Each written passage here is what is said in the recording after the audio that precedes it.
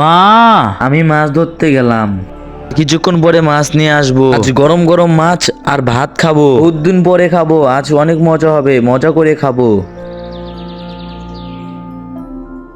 তুই তো আমার কথা শুনবি না, আর কতদিন ধরে মাছ ধরবি? তা কি কইতেছ? আমি তোমার কোন কথা শুনি নাই, দিহি আমার কৌশিন একটা। আমি তোকে বলছিলাম এই কাম ছেড়ে দিতে, আর রাজার দরবারে কাজ করতে। কাজ করলে তোর জীবন ভালোভাবে কেটে যাবে। আমিও তোমাকে বলছিলাম না, আমি শুধু মাছই ধরবো আর কোনো কাজ করব না। বেশি করে মাছ ধরলে অনেক অনেক টাকা পাবো, আর তোমার আর আমার জীবন অনেক ভালোভাবে কেটে যাবে। তুই আমার কথা কোনোদিনও বুঝতে পারবি না। এরকম জীবন যাপন চললে আমি ফাঁসি ছেড়ে চলে যাব।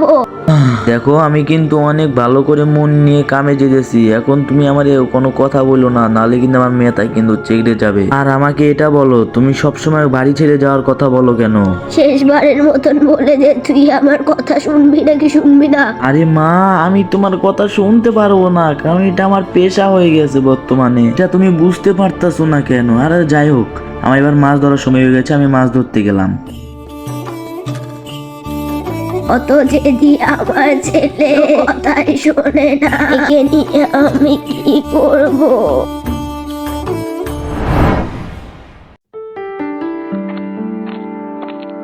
মহারাজে জয় হোক। মহারাজ আপনার জয় হোক। সকাল সকাল আপনার মুখ দেখে নিয়েছি, আমার সারা জীবন ভালোভাবে কেটে যাবে। আপনি একটু আমার দিকে তাকায়েন মহারাজ। আরে দেবরাজ, আমি তোমার কথাই ভাবতাছিলাম। তোমার জন্য আমি কতক্ষণ ধরে অপেক্ষা করতেছিলাম। আমার মাথায় একটা চিন্তা আছে, চিন্তা তুমি দূর করো। কিছু চিন্তা মহারাজ, আপনি আমাকে খুলে বলুন। চিন্তার ব্যাপার হচ্ছে, আমার কিছু স্বর্ণ গয়না আছে যেগুলো আমি উপহার স্বরূপ আমার পাশের রাজ্যে রাজনীকে দিতে চাই, কিন্তু ডাকাতি এত পরিমাণে বেড়ে গেছে, যার ফলে তো আমি যেতেই পারছি না। এই নিয়ে আমার চিন্তা।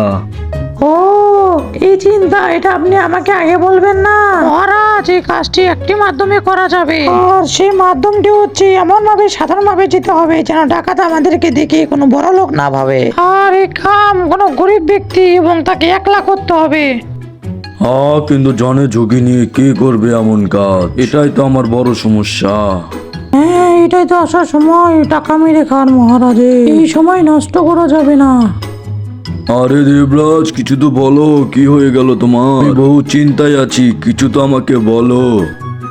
হ্যাঁ মহারাজ, আপ যদি অনুমতি দেন তাহলে কিন্তু আমি যেতে পারি আমার জীবনে ঝুঁকি নিয়ে। কোনো প্রকার গাড়ি কিছু লাগবে না, একা একা হেঁটে হেঁটে যাবো। এটাই তো আমি তোমাকে বলতে চাচ্ছিলাম দেবরাজ। আরে তুমি তো আমার মুখের কথা চিনিয়ে নিয়েছো। আমি তো তোমাকে এটাই বলতে চাচ্ছিলাম যে তোমাকে নিয়ে যাব আমি। হ্যাঁ হ্যাঁ হ্যাঁ, ধন্যবাদের কোনো দরকার নেই মহারাজ। আপনি যেটা বলবেন সেটাই হবে, আপনার কথা দিয়ে আমি কাজ করে যাবো। ঠিক আছে, তো আজকে যাওয়ার ব্যবস্থা শুরু করো। যা যা লাগবে তুমি আমাকে শুধু বলবে। যেরকম আপনার আদেশ সেরকমই করবো মহারাজ। মাছ নিয়ে নাও, মাছ মাছ মাছ মাছ, মাছ নিয়ে নাও, মাছ মাছ নিয়ে নাও। একদম তাজা তাজা মাছ, কেবল নদীর থেকে তুলে নিয়ে আসলাম। একবার হারিয়ে ফেললে আর কখনো পাবে না। এই মাছ নিয়ে নাও, মাছ, তাজা তাজা মাছ। ঘরে ঘরের জন্য তাজা তাজা মাছ নিয়ে আসলাম। মাছ নিয়ে নাও, মাছ। আরে শান্ত বা, এদিকে আসো, দেখি তুমি কি নিয়ে আসছো।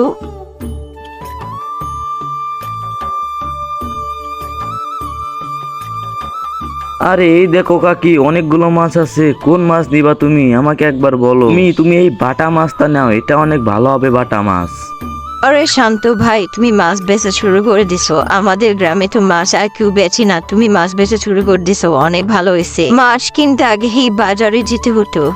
আরে এটাই তো, আর এটা কেউ বুঝেই না রে কাকি।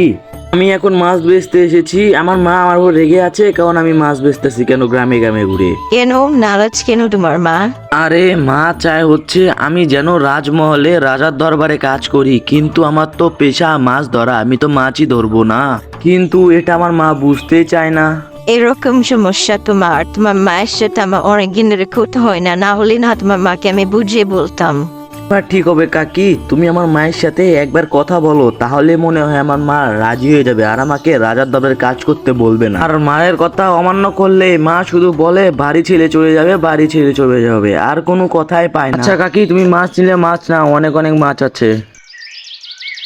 পর্বটি আসছে খুব তাড়াতাড়ি। পরবর্তীর জন্য আপনারা সবাই অপেক্ষা করবেন। পরবর্তী আগামী 2 দিনের মধ্যে চলে আসবে। পর্যন্ত চ্যানেলের সাথেই থাকুন, লাইক শেয়ার সাবস্ক্রাইব করে আমাদের পাশে থাকুন। ধন্যবাদ।